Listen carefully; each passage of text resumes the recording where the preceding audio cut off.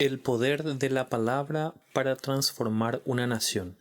Un llamado bíblico e histórico a la Iglesia latinoamericana por el Dr. Miguel Núñez.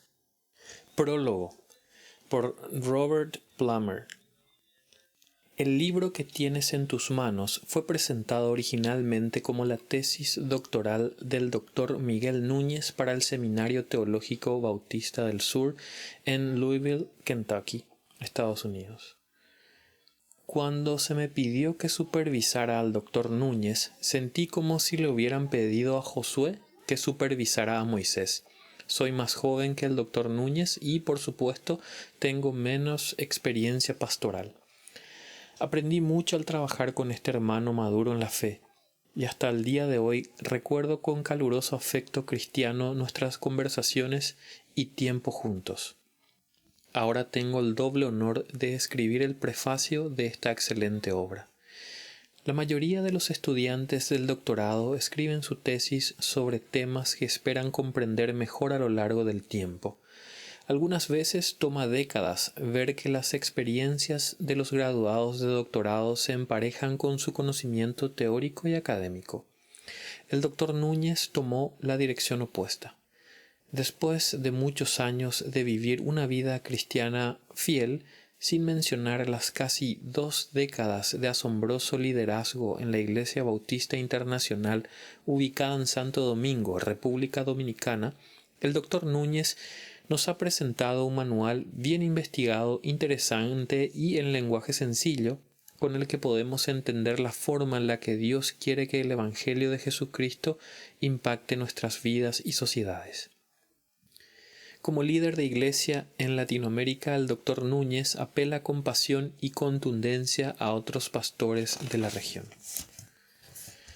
Durante cientos de años, Latinoamérica ha sido considerada cristiana por sociólogos y cartógrafos. ¿Por qué entonces la mayoría de la sociedad latinoamericana no refleja el poder transformador del Evangelio en sus relaciones, instituciones y gobiernos? ¿Acaso es porque el Evangelio verdadero y sin diluir no ha sido abrazado por la mayoría de los cristianos latinoamericanos? ¿Qué se puede aprender al mirar a Estados Unidos en sus periodos de fidelidad e influencia evangélica, y más recientemente en el declive y la degeneración de su vida espiritual? En este libro, el Dr. Núñez provee una visión de amplia gama. La Iglesia no solo es llamada a predicar el Evangelio, aunque sí es llamada a hacerlo. La Iglesia no debe solo enfocarse en plantar nuevas iglesias, aunque sí debe hacerlo. Como pueblo redimido por Dios en un mundo caído, tanto la Iglesia y las iglesias, como los individuos cristianos, deben ser la sal y la luz que permean la sociedad con el poder transformador del amor de Dios en Cristo. Cuando la palabra pura de Dios es predicada, creída, vivida y compartida, vemos efectos asombrosos en los individuos, las iglesias y las sociedades. Podrías estar pensando, sí, estoy de acuerdo, pero ¿cómo exactamente se ve eso? ¿Puedes respaldar lo que dices con la Biblia? ¿Puedes ilustrarlo con estudio histórico? ¿Puedes darme datos específicos, tal vez hasta un ejemplo detallado de una iglesia fiel que ha seguido exitosamente este modelo de transformación centrada en el Evangelio? En este libro el Dr. Núñez responde precisamente a esas preguntas. Robert Plummer, profesor de Interpretación del Nuevo Testamento. Prefacio.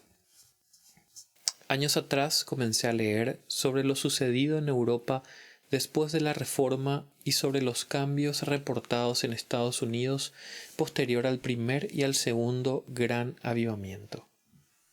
Fui conmovido y transformado por esa historia. Leer cómo la palabra de Dios proclamada por hombres como Martín Lutero y Juan Calvino en Europa y Jonathan Edwards y George Whitefield en Estados Unidos cautivó mi corazón. Desde entonces comencé a estudiar y meditar en por qué no hemos visto una transformación similar en América Latina, especialmente si consideramos que una versión del cristianismo llegó a Santo Domingo, República Dominicana, en 1492 y desde allí se expandió a toda la región. Misioneros protestantes han estado presentes en el centro y el sur de América por casi 200 años y aún así estas naciones todavía están por ver la transformación que ocurrió en muchos otros países después de la Reforma. Ver las condiciones sociales de los países latinoamericanos en donde el Evangelio ha estado avanzando, además de producirse tristeza, me ha llevado a la reflexión. Este libro nace a raíz de toda mi investigación y reflexión respecto al tema. Al terminar de leer sobre aquella historia, me percaté de que el Evangelio proclamado por los reformadores no es el mismo que han recibido los países latinoamericanos. La fe evangélica entre los latinos ha sido vivida de manera muy personal y no ha impactado la vida nacional como si el Evangelio no fuera relevante fuera de las cuatro paredes de la Iglesia. Aún más, me percaté de que la clase educada en América Latina, la que genera cambios culturales, ha sido poco alcanzada por el Evangelio, o con el Evangelio. Este fue el comienzo de una idea que se convirtió en una investigación y, posteriormente, en este libro. A través de lo que escribo, intento explicar el poder intrínseco que existe en la proclamación de la palabra, la cual es capaz de transformar individuos, familias, instituciones y naciones. En América Latina, su presente y su pasado serán el foco de nuestra atención, pero porciones de la historia contemporánea de Estados Unidos también nos servirán como contraste para mostrar cómo una nación que fue grandemente impactada por los principios bíblicos puede sufrir las consecuencias de distanciarse de los valores que la hicieron grande. Agradezco a mi Dios por otorgarme el privilegio de poner por escrito un tema tan extraordinario como el del poder de su palabra. Agradezco a mi esposa por su apoyo durante estos 35 años de casados, donde ella ha contribuido grandemente como instrumento en la formación de la imagen de Cristo en mí. Agradezco la ayuda, el apoyo y el aliento de mis compañeros pastores de la iglesia que dirijo. También agradezco que me hayan permitido tomar el tiempo para realizar este proyecto. Muchas gracias al equipo de A+ Edits en Louisville, Kentucky, por ayudarme en la edición del manuscrito. Por último, quiero agradecer al Seminario Teológico Bautista del Sur y a los miembros de la Facultad de Enseñanza por proveerme la maravillosa oportunidad de realizar mi doctorado en ministerio en esta prestigiosa institución. Ese tiempo me sirvió para llevar a cabo toda mi investigación. Gracias al Dr. Matthew Hall por hacer las gestiones iniciales para que la tesis que dio lugar a este libro fuera posible. Dr. Robert Plummer, ¿cómo puedo expresar mi gratitud por su apoyo, consejo y aliento? Finalmente quisiera agradecer al Dr. Albert Mohler por creer en el trabajo que nuestra iglesia y nuestra institución están haciendo para el progreso del reino de Dios. Su confianza y apoyo han sido una inspiración. Miguel Núñez, Santo Domingo, República Dominicana. Introducción. El propósito de este libro es contribuir al entendimiento de la condición en la que se encuentra América Latina con respecto a la expansión del reino de Dios. Esto incluye proveer bases bíblicas, teológicas, históricas y filosóficas para el tema central de este libro. La palabra de Dios, cuando es verdaderamente aceptada, transforma nuestra sociedad. A través de este libro quiero invitar a los pastores y líderes latinoamericanos a ver la palabra de Dios como el instrumento divino para transformar a la sociedad. Los cambios alrededor nuestro deben provenir de la predicación expositiva de la palabra de Dios y de la articulación de la cosmovisión cristiana en tantos lugares y circunstancias como sea posible. Los líderes cristianos debemos tener en el poder de la palabra si queremos ver la transformación que muchas naciones europeas experimentaron después de la Reforma. Dios parece estarse moviendo en medio de los latinos en estos tiempos. Debemos aprovechar el momento. Un libro sin una meta establecida es de poco valor. Por tanto, inicié esta investigación con 3 metas específicas en mente. La primera meta es revisar la historia del movimiento protestante en América Latina, lo que revelará por qué la Reforma nunca afectó esta región del mundo. El conocimiento de esa historia es vital para entender las razones por las cuales nuestra región necesita ser reevangelizada. Paul Freston, profesor de sociología del Calvin College, enfatizó la necesidad de un avivamiento en la región. Escribió: "No han existido reformas nacionales cristianas ni protestantes en el tercer mundo como han existido en el norte de Europa. La segunda meta es establecer las bases bíblicas que nos enseñan cómo la palabra de Dios, cuando realmente es aceptada, transforma la condición moral de las naciones. Dios dio su ley a la primera nación fundada por él, Israel, en el monte Sinaí. Los 10 mandamientos establecieron el marco de referencia o el código moral del resto de las leyes nacionales dadas a Israel. Moisés, inspirado por Dios, dijo al pueblo, y cito: Mirad, yo os he enseñado estatutos y decretos tal como el Señor mi Dios me ordenó, para que lo cumpláis en medio de la tierra en que vais a entrar para poseerla. Así que guardadlos y ponedlos por obra, porque esta será vuestra sabiduría y vuestra inteligencia ante los ojos de los pueblos, que al escuchar todos estos estatutos dirán: Ciertamente esta gran nación es un pueblo sabio e inteligente, porque ¿qué nación grande hay que tenga un Dios tan cerca de ella como está el Señor nuestro Dios siempre que le invocamos? ¿O qué nación grande hay que tenga estatutos y decretos tan justos como toda esta ley que hoy pongo delante de vosotros? Deuteronomio capítulo 4, versículos 5 al 8. Una gran parte del tiempo la dedicaremos a estudiar la importancia de los 10 mandamientos y remarcaremos las consecuencias que sufren los que los violan, utilizando a Estados Unidos como ejemplo. A través de estas leyes iniciales, Dios proveyó un lente, una cosmovisión, por el que podemos ver todo, incluyendo el mundo en donde vivimos. Mark Rucker, profesor de Antiguo Testamento y Hebreo en el Seminario Teológico Bautista del Sureste, en Carolina del Norte, señala la importancia de estas leyes más allá de Israel. Escribe: Los 2 más grandes gobernantes de Europa medieval, Carlomagno, 742 al 814 después de Cristo, y Alfredo el Grande de Inglaterra, 849 al 899 después de Cristo, establecieron sistemas legales basados en las leyes bíblicas que incluían los 10 mandamientos. Las leyes de Alfredo, 890 después de Cristo, comenzaban recitando los 10 mandamientos junto con porciones de otras leyes dadas por Moisés.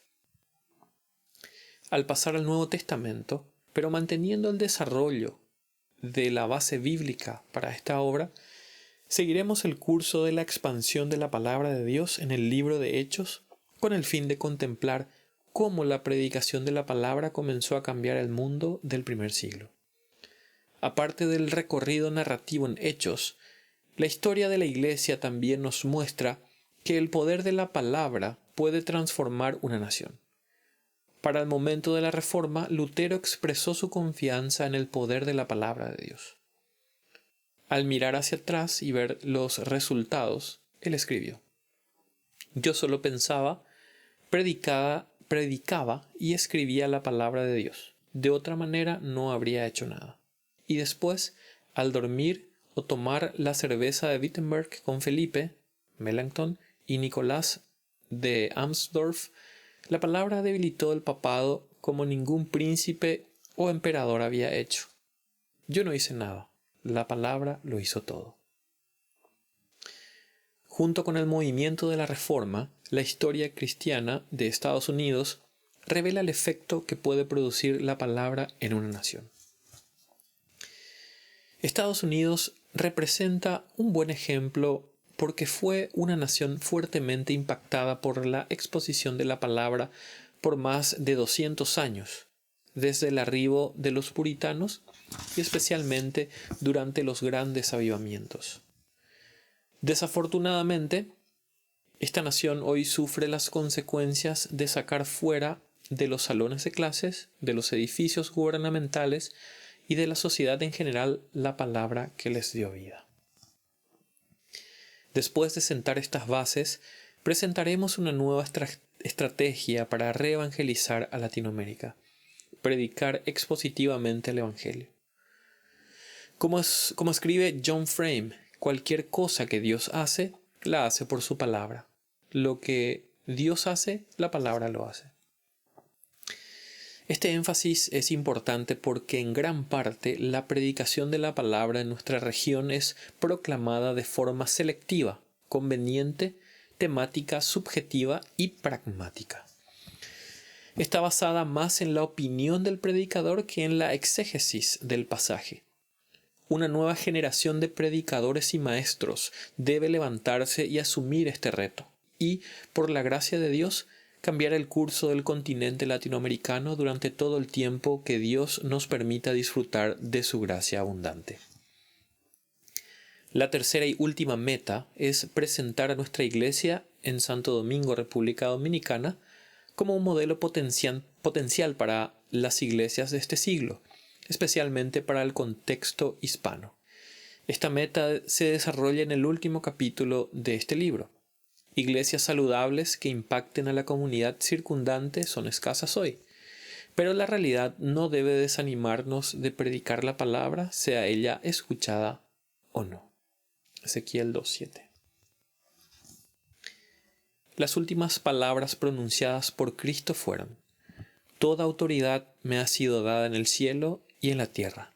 Id pues y haced discípulos de todas las naciones, bautizándolos en el nombre del Padre, y del Hijo, y del Espíritu Santo, enseñándoles a guardar todo lo que os he mandado. Y he aquí, yo estoy con vosotros todos los días, hasta el fin del mundo. Mateo capítulo 28, versículos 18 al 20.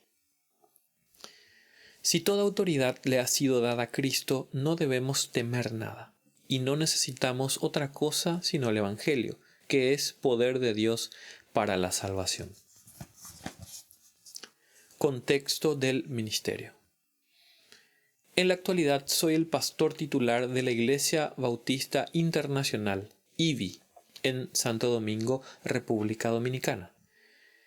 Inicié la iglesia en enero de 1998, después de haber vivido en Estados Unidos por 15 años, en donde ejercí y enseñé medicina clínica en Englewood Hospital and Medical Center en Nueva York.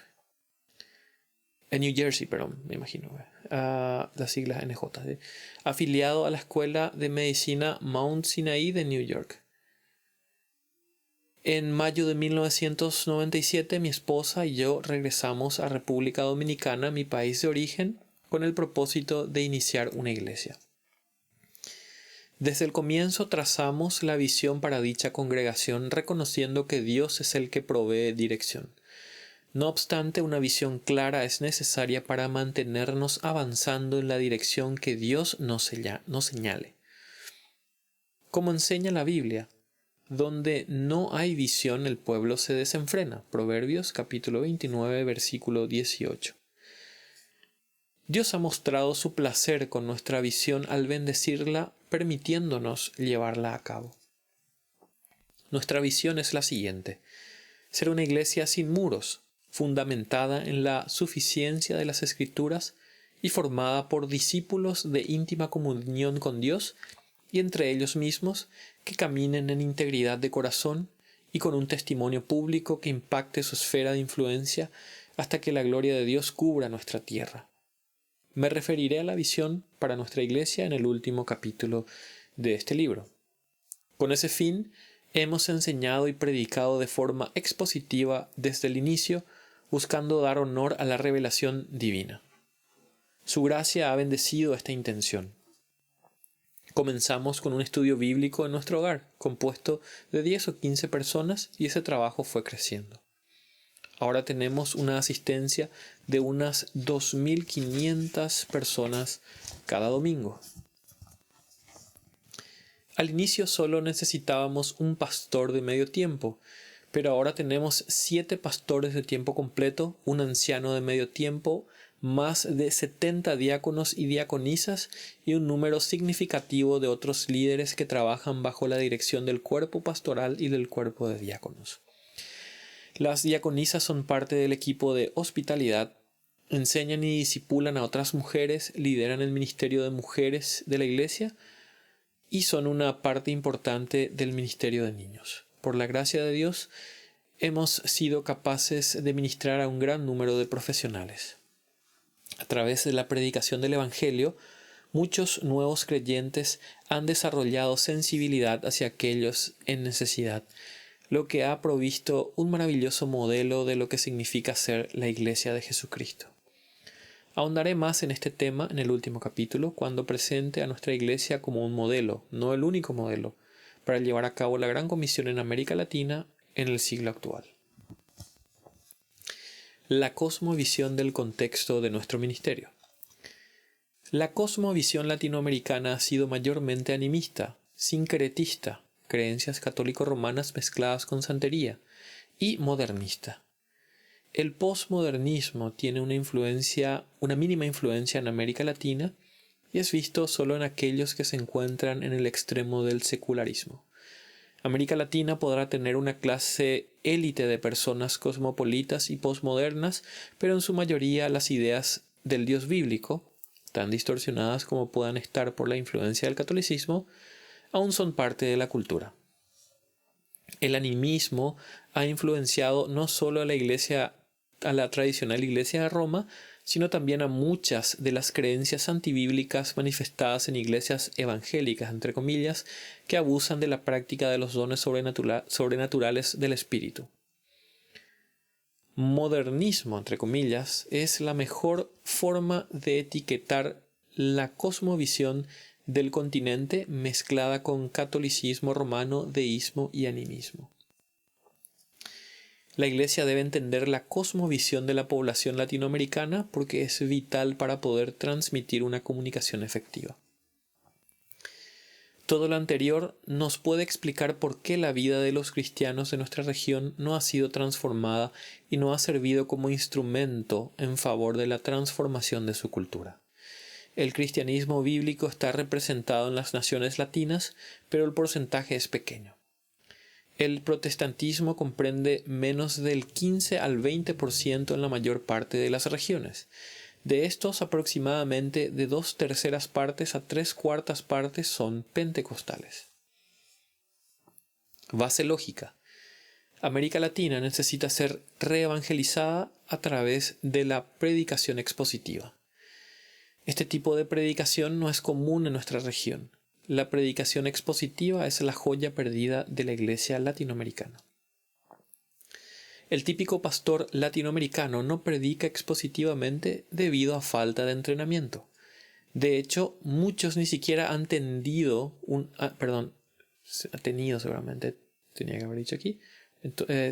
muchos ni siquiera han tenido una educación autodidacta como la tuvieron Martin Lloyd-Jones y Juan Calvino. Gran parte de la predicación es hecha de forma temática, alegórica o emocional, como dijimos antes.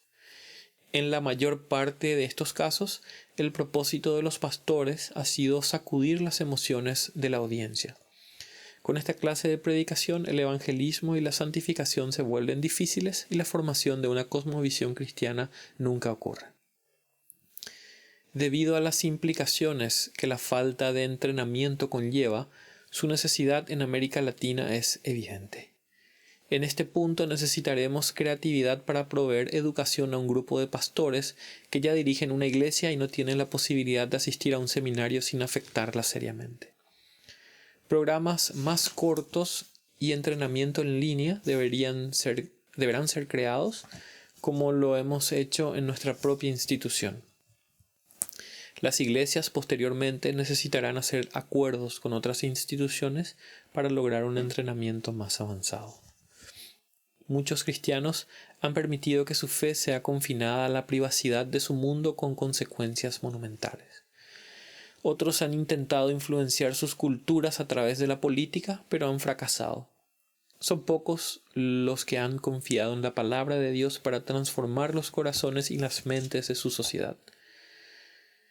Como dijo G. K. Chesterton, el cristianismo nunca ha sido probado y encontrado carente. Ha sido encontrado difícil y no probado. Ese es el meollo del problema. Las personas no han confiado en la palabra para efectuar cambios, porque han carecido de fe en la revelación de Dios para resolver los problemas morales de la humanidad. También han utilizado toda clase de medios y métodos con una pincelada de cristianismo. Cuando se percatan de que esos intentos fracasan, erróneamente concluyen que el cristianismo ha fallado. Cuando la teología liberal apareció a finales del siglo XIX, los evangélicos ortodoxos, llamados fundamentalistas, se retiraron de la sociedad y se volvieron sospechosos de toda búsqueda intelectual. En consecuencia, las sociedades en donde vivían fueron dejadas a merced de las corrientes seculares. En referencia a este fenómeno, Carl Henry dijo: por primera vez en su larga historia, el cristianismo evangélico permanece divorciado de los grandes movimientos de reforma social. Como la Iglesia latina es relativamente joven y dado que la reforma latina, entre comillas, nunca se estableció, creo que aún tenemos tiempo para enseñar a los creyentes lo que significa ser sal y luz en medio de una generación perversa. Necesitamos enseñar a las iglesias a abrazar todo el evangelio para que el mensaje no esté en juego, y a la vez necesitamos enseñarles a ser de influencia transformadora en la comunidad que les rodea. No defendemos el moralismo como una solución para las naciones, ni siquiera de manera parcial. El moralismo se opone al evangelio. Pero cada creyente que ama la ley de Dios, como lo hizo el salmista, Salmo 119:97, debería tener un interés en levantar a la siguiente generación en una sociedad con un mejor sentido moral que el actual. Una sociedad en la que el aborto sigue siendo visto como un crimen, en donde el divorcio no es la norma, en donde el matrimonio homosexual no es permitido y en donde el carácter íntegro aún cuenta. Debemos proveer una condición más estable para criar a nuestras familias. Algunos podrán protestar. Nuestra seguridad y estabilidad no dependen de esas circunstancias, sino del Señor. Lo cual es una buena observación. Pero necesitamos entender que cuando nuestro mundo experimenta tal grado de deterioro, la corrupción moral que prevalece se refleja en un alejamiento de Dios y aún en un abandono parcial por parte de Dios respecto a su pueblo. Esto fue ejemplificado en la visión que Dios le dio al profeta Ezequiel en el capítulo 8, versículo 11. El moralismo no es la meta, sino una sociedad moral influenciada por la palabra de Dios. Como una vez dijo Francis Schaeffer en una entrevista, creo que lo mejor es una nación que opera con un consenso moral cristiano. Definiciones. Algunas definiciones son necesarias para un mejor entendimiento del tema de este libro. América Latina, países hispanohablantes en América del Norte, básicamente México, América Central, América del Sur y el Caribe. No incluye a los latinos en otras partes del mundo. Reevangelización. La predicación del evangelio en donde otros falsos evangelios han sido predicados, incluyendo los mensajes de salvación por obras de la Iglesia Católica Romana, el evangelio de la prosperidad o cualquier otra forma diluida del verdadero evangelio. Iglesias sanas. Iglesias que predican sana doctrina de forma expositiva, que son cristocéntricas, guiadas por el evangelio, que tienen liderazgo bíblico y membresía organizada y que practican la disciplina eclesiástica. Visión. Una imagen clara y racional del futuro para la Iglesia, revelada por Dios por medio del estudio de las Escrituras, a través de la oración, meditación en su palabra y reflexión con otros hijos de Dios. La Iglesia de Roma, la Iglesia católica liderada por el Papa. Cosmovisión, un conjunto de valores que cada persona posee y por medio de los cuales ella evalúa y reacciona ante la vida.